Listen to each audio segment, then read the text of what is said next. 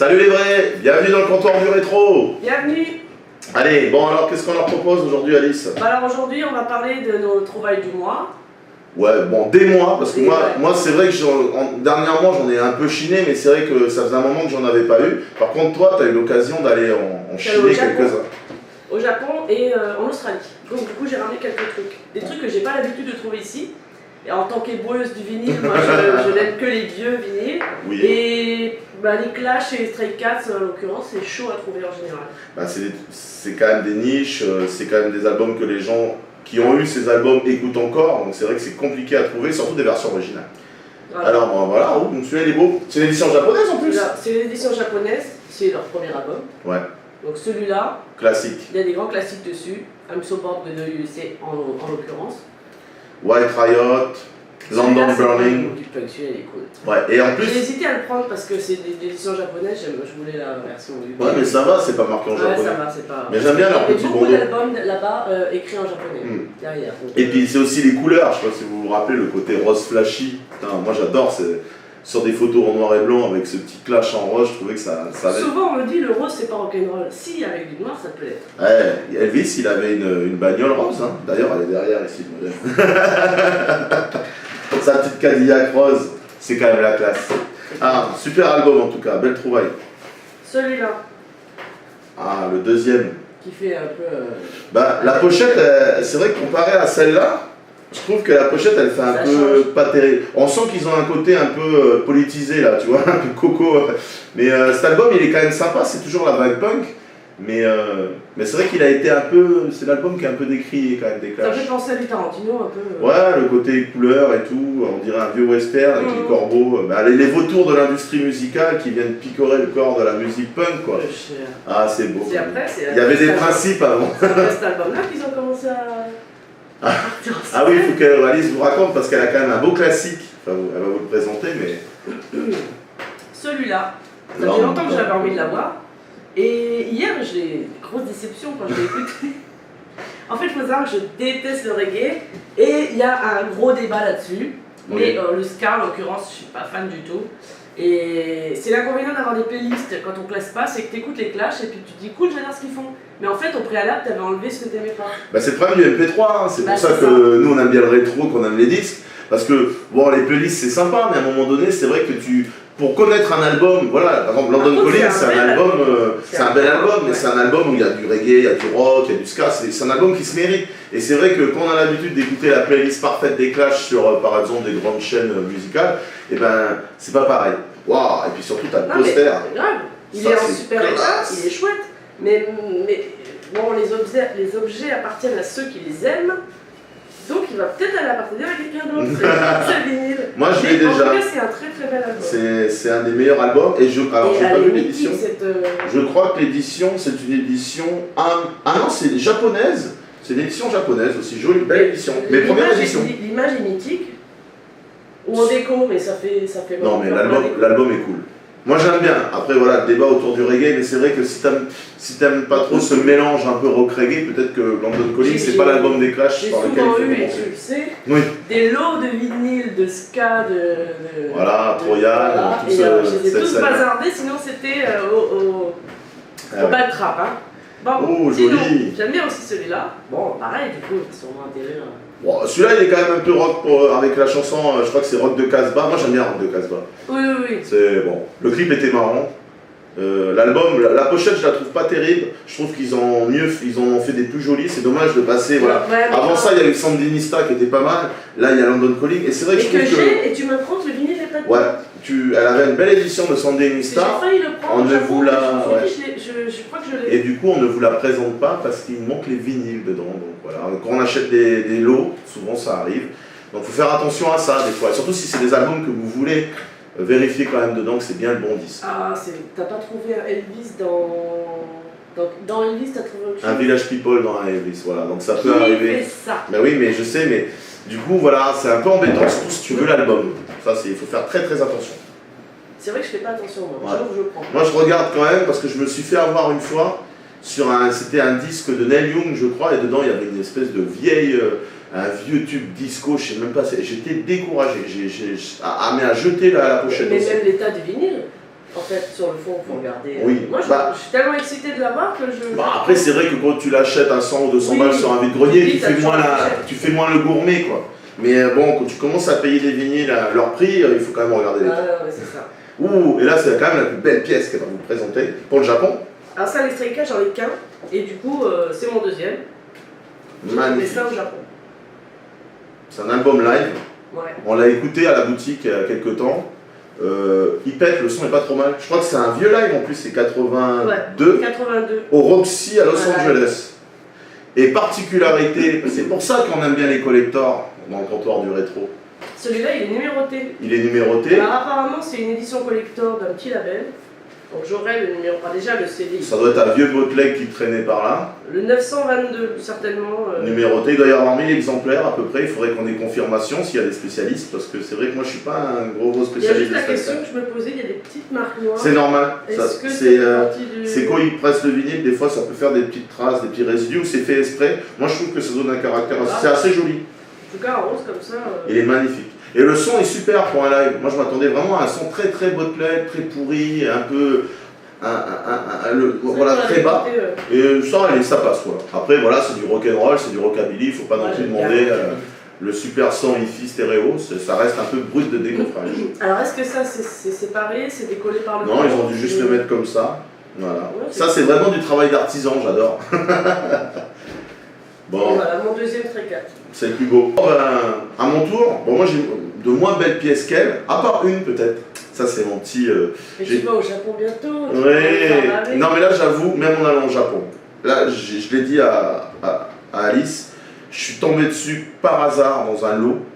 J'ai regardé le disque, j'y croyais pas. Après c'est un truc de connaisseur, faut aimer, c'est pas forcément tout le monde qui. Mais je vais vous le montrer, vous inquiétez pas, mais en tout cas je suis tombé sur une très très belle pièce en Nouvelle-Calédonie. Bah, je commence par mes derniers petits achats, enfin ça remonte il y a quelques mois, mais je ne les avais pas présentés. C'est les Birds, voilà, les Birds, un groupe que j'aime beaucoup, 1964, Los Angeles, 74 c'est déjà la fin, un groupe qui a vu passer quand même des grands noms du rock'n'roll. J'ai tous les premiers albums que je trouve bien, j'aime bien celui-là, c'est le 4e album, c'est une réédition en fait mono de Columbia, je trouve qu'ils ont fait un travail assez correct. Je trouve que l'image elle est bien faite, cette espèce de pixelisation de la photo, du grain. Du bruit. J'aime beaucoup cette période, c'est le moment où ils vont commencer à sortir un peu du psyché et aller aller vers ce qu'on appelle la country un peu rock, parce qu'ils ont avec cet album Sweet Heart of the Rodeo que j'ai trouvé sur Vide-Grenier à Nouméa, un jeune gars fan de rock'n'roll qui me l'a vendu à un très bon prix et franchement cet album je l'adore, c'est un de mes préférés. Et j'adore la pochette, je trouve que la pochette elle est incroyable, avec cette espèce de Lady Jane là, en croix, comme Jésus-Christ, avec son petit cœur de fleurs, et ses petits dessins à la Buffalo Bill autour. Tu viendrais pas un peu hippie? Ouais, je viendrais peut-être un peu hippie. Et franchement, c'est un très très bon album que je conseille à tous les amateurs de rock des années 60, et à tous les amateurs de rock en général. Donc voilà, très bon prix, je suis assez content. Ah, voilà la pièce. Alors cette pièce, je vous la montre, It's a Beautiful Day. Groupe de San Francisco, c'est la seconde vague psychédélique, dans la veine un peu des Quicksilver Messenger Service et du Grateful Dead. C'est une pierre angulaire du rock psychédélique. Je l'ai connu parce que c'est un pote à moi avec qui je fais la radio, Gilles, que je salue au passage, qui m'en avait parlé de cet album. Il me l'a mis sur une clé pour me le faire écouter. Et la chanson White Bird qui ouvre cet album, elle est tout simplement magnifique. Et je suis tombé là-dessus, je vous garantis, dans une espèce de gros tas de vinyle de plein de poussière. Mais grave, mais j'ai accroché, je vous promets. C'est un des plus beaux collectors. Parce qu'en plus, il y a des rééditions, mais je vais faire pleurer certains. C'est pas la réédition, c'est l'édition originale, San Francisco. 1968, je crois. Et il est numéroté, voilà, certifié, limited edition, et il est numéroté. Donc vraiment voilà, très belle pièce. San Francisco, ben voilà, ça c'est un mec qui a dû aller aux États-Unis dans les années 60, qui a dû aller à San Francisco.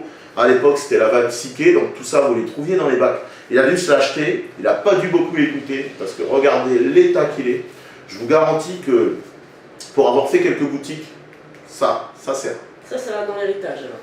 Ça, ouais, ça j'aurais du mal à m'en séparer. Mais en plus, c'est vraiment. J'en ai pris d'autres, mais j'aurais même pas eu besoin de prendre d'autres, c'était pour le fun. C'était avec celui-là qui m'intéressait vraiment. c'est vraiment une belle pièce et j'ai vraiment été content de le trouver. Allez, dernière acquisition, petite nouveauté, je l'ai acheté hier. Et c'est la bande originale de la série Twin Peaks de David Lynch. Voilà. Et voilà, avec Badalamenti. Voilà, pour ceux qui connaissent cette série, qui aiment la musique, ben voilà, c'est essentiel. C'est une édition limitée, voilà, ils ont ressorti à l'occasion de la saison 3, qui vient juste d'être faite. Ensuite, deux nouveautés, voilà, rock australien. Moi j'adore le rock australien. S'il fallait que je vous conseille un album, c'est celui-là, le Best of de TM3, qui est édité en vinyle, que vous pouvez trouver très très facilement sur le net, sur le label Citadel. Alors si vous aimez le rock australien, Citadel c'est le label de référence du rock australien. Deuxième album, toujours sur un bon label qui s'appelle Alive Natural Sound. Et ici, il s'agit de Stone Age Earth. C'est pas le premier album que je recherche, qui est très très rare. C'est le 2 ou le 3e, mais il est vraiment vraiment bien. Bon rock, dans le style garage rock, bien poussif. Comme enfin, voilà. Le P des scientistes que tu m'as demandé. Ah ouais, punaise. L'échec, l'échec. C'est toi qui vas, Sydney, peux-tu me ramener le P des scientistes? Non mais j'ai mal prêt. Je vais pas jeter la pierre à Alice. Moi j'ai trouvé le LP, j'ai dit non, ouais. C'est un très connaisseur. S'il m'a demandé le EP, c'est pas pour rien, je peux pas les prendre. Mais en fait, j'aurais pas dû. Pour la petite histoire, The Scientists, c'est un groupe australien de punk, c'est une référence, ils sont en tournée à l'heure actuelle. Et ils ont sorti un EP, leur tout premier EP, qui est ressorti en LP, c'est-à-dire en 33 tiers, dans les années 80. Parce que les mecs, ils m'ont rayonné. Ah non, mais oui, mais bien sûr. Et en fait, moi, dans ma tête, pour moi, c'était un EP, mais dans ma tête, je voulais le LP, la réédition, bien sûr. Donc elle arrive, la bouche en cœur à Red Eye Records, et elle commence à leur dire: est-ce que vous avez le EP des Scientists? Donc bien sûr, les mecs se foutent de sa gueule. Genre, la loose, le truc qui vaut une blinde, et du coup, en fait, il lui manque le LP, et dans ma tête, je me suis dit: c'est ce que je voulais, elle l'a pas pris. Échec, échec. Et du coup, voilà, elle va vous montrer ce qu'elle a ramené de la capitale australienne. Bon, déjà, j'ai acheté un sac pour mettre les vinyles que je chine en brocante. Parce que, bah, il y en a marre de les mettre dans les sacs de course Tati immondes. Ouais. Sans faire de. J'ai rien contre Tati. Hein. Ah, mais au bas, ils font aussi ces sacs-là, c'est cool. Mais celui-là, il est particulièrement bien. Chez Utopia, il n'y avait pas. Non. Parce que Utopia, ils sont vachement sympas, les mecs. Hein. J'ai acheté un petit slash très mignon. Excellent, j'adore. Avec la petite clope au bec, le petit pops. Et il est tellement mignon. Voilà. Parce que. Au Japon, j'avais pris une poupée édition 82. 1982, il était sous blister. Alors je l'ai ouvert comme un porc. J'ai dit, j'en ai rien à foutre, il va aller au alors c'est Steve Vicious, ça doit valoir une blinde ça, mais maintenant ça le vaut plus puisqu'elle l'a enlevé du blister. C'est pas grave, les enfants joueront avec. Allez, je te les enlève, comme ça je fais l'assistant. Tiens. Bon alors celui-là, bon du coup il est neuf, je l'ai pas écouté. On l'écoute souvent en barbeur quand tu viens mixer. Tous les samedis. J'avais aucun album des Sonics. Donc bah voilà, maintenant j'en ai deux. J'ai pris celui-là, donc boum, que je ne connais pas du tout puisque je les écoute. C'est une très belle acquisition qu'elle a faite là. Ça, je vous conseille de les prendre. Rassure-moi, ils ne sont pas mis à faire du reggae après. Non, non, eux c'est des vrais, c'est des purs, c'est Tacoma, eux c'est des vrais bûcherons quoi. Dans les années 60, ils faisaient du vrai rock'n'roll. Bon, j'ai pris des Clash aussi, ça c'est chez Utopia. Ça c'est belle pièce par contre. Celui-là, j'étais presque sûr de l'avoir, mais tu me dis que non, parce que c'est lui qui sait ce que j'ai en fait. Parce qu'en fait, c'est toujours comme le Stray Cats. Ça, tu n'aurais pas pu le trouver ici. C'est des choses tellement. Ne me dis pas ce que je ne peux pas faire. Oui. Non, mais c'est un peu le bootleg, quoi. C'est-à-dire, c'est des enregistrements live qui sont sortis dans certains pays en vinyle. Là, pareil, c'est une série limitée. Le truc, il est nickel de nickel. Le mec, il devait prier devant son disque tous les matins avant de l'écouter. Et ouais, t'as vraiment fait une belle acquisition. Ça, c'était à Utopia, ça. Mais il y avait la masse de vinyles. Ouais. J'ai jamais payé des vinyles aussi chers que dans les 3 boutiques que j'ai visitées en novembre. Voilà. Après, il faut savoir, hein, aujourd'hui, je pense que vous le savez, enfin, que vous avez dû vous en rendre compte, le vinyle, maintenant, il a une cote, le vinyle, il a un prix. Et voilà, à bout d'un moment, si vous voulez vraiment des belles pièces, ok, sur les vides-greniers, vous allez trouver des disques. Mais voilà, moi, le disque que je vous ai montré tout à l'heure, ça, sur un vide-grenier, bon, moi je l'ai trouvé en chinant chez un mec, mais c'est excessivement rare. Moi je m'en remets pas encore. Regarde. Je collectionne Elvis, la plupart ils sont en poivre, enfin non pas la plupart, mais la moitié ils sont dans un état et tu vois qu'ils ont été écoutés par mamie. Et c'est vrai de les trouver dans des aussi bons états, c'est quand même encore. Oh aussi il se barre. Fais dodo. Fais dodo. Oh. Mon cadeau de Noël, ah c'est gentil, fallait pas me l'offrir. Cramps. Celui-là, je crois que j'en ai qu'un. Non, j'ai failli en avoir un. T'en avais pas de Cramps. Petit et il était cassé. Il était cassé, ouais. Donc pareil, là c'est l'éducation à refaire parce que ça c'est MP3 donc il faut que je les réécoute dans le bon ordre pour voir qui est qui. Ouais. Parce que je les ai en playlist mais je sais pas qui est sur quel. Bah là c'est un album live en tout cas, super album. La pochette elle est super, elle est magnifique avec la créature du lagon, là, ce classique des films d'horreur des années 30, enfin des années 50. Pour l'époque c'était pas mal fait. Hein. Et bah, vous savez que les Cramps ont toujours eu cette imagerie un peu vieux film, série B. Et en fait, c'est une belle pièce parce que là, je trouve que la pochette elle est classe. Là, on les voit dans un espèce de. Je crois qu'ils sont avant un concert ou après, ils sont assis dans un bar. La photo elle est quand même très très sympa. Et là, c'est au moment où Kid Congo Power est à la guitare, c'est-à-dire qu'il a remplacé Brian Gregory. Donc édition européenne. Belle édition. Très très belle. Très... Je suis son assistant aujourd'hui quand même. Celui-là aussi, une démo session. Alors, chez Utopia, la classe, c'est quand même, je sais pas si on voit la caméra. Vas-y, montre-leur. Ils sont badgés, ils badgent leur pochette. Avec. Ouais, ça. Ils ont leur logo Utopia. Collection privée de Bones. C'est bon. Ouais, ça on pourrait le faire. J'aimerais bien, moi. C'est ça. Ça aurait du sens. Voilà, pareil. Hein. Démo session 1976. Les Cramps commencent vraiment à jouer en 75, donc c'est les premiers morceaux, quoi. Tuerie. La pochette, elle est top, franchement. J'aime bien l'image comme ça. Il y a un côté un peu punk, là, on voit qu'ils sont dans leur début et tout, j'aime bien. Elle est vraiment belle pièce. Donc les Cramps, donc c'est. Voilà. Alors celui-là. Ah, celui-là, je l'ai pris pour double raison, parce que Date with Elvis, obligé. Et on n'avait pas vu la première fois, mais c'est tout doré, tout brillant. Avec la petite démon. Bah, Poison Ivy qui pose toujours sur les pochettes, hein, qui est à la guitare, et qui est là aussi la compagne du leader, du chanteur de Luxe Interior. Et c'est vraiment. Moi, c'est un de mes disques préférés. Super pour une raison, parce que j'adore la première chanson. Oh far can to forget. Cette chanson, je la mets quasiment tout le temps quand je mixe au barber. Aloha from Hell aussi. Ah ouais, et j'adore le rythme qu'elle a.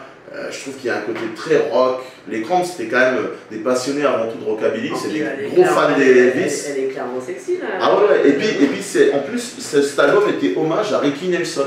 Donc il y a vraiment ici l'envie de montrer leurs références. UK Original celui-là. Et puis c'est une édition originale anglaise quand même. Attention. Eh ouais. Madame, on va l'appeler Madame maintenant. Dans l'héritage. Dans l'héritage. Donc voilà, ça c'est vraiment une belle pièce. Hein.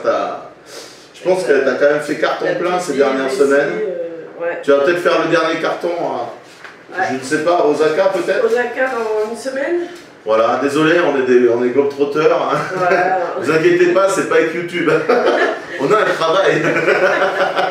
Non, c'est vrai que là par contre j'ai eu l'occasion de faire 3 voyages en novembre et là début décembre. Donc c'est un peu rapproché pour le porte-monnaie. Mais au moins mais si tu en ramènes 2-3 de temps en temps, ça va. J'espère que ma banquière n'est pas. En plus, j'ai remarqué, vous avez vu, vous êtes tous témoins, elle a mis ce disque sur mon tas. Ça veut dire que c'est pour moi. Tu avais pas mis un truc sur mon tas? Non. Donc voilà, bon, on espère que cette vidéo vous a plu. Voilà, vous avez eu un petit échantillonnage de ce qu'on achète, nous, ces derniers temps, de ce qu'on aime. On vous aime tous. Restez vrais. Ouais, et puis à la suite, on verra ce qu'on va trouver. Pour la suite, quoi, des aventures. On fera le Japon bis et puis leur Japon à eux, parce qu'ils partent aussi fin décembre. Ouais, on essaiera de faire quelques vidéos, et puis bien sûr, on va ramener quelques trucs aussi pour Alice, parce que bon, c'est comme l'enfant. On lui ramène les petits cadeaux de Noël. Restez vrais. Si vous avez les scientistes, le EP qui traîne dans votre placard, ça, c'est pas cher, vous pouvez le donner. N'oubliez pas de liker la page Facebook et la chaîne YouTube. N'oubliez pas, la comptoir du rétro, c'est aussi sur YouTube. Hein. Allez, likez, la Calédonie en force.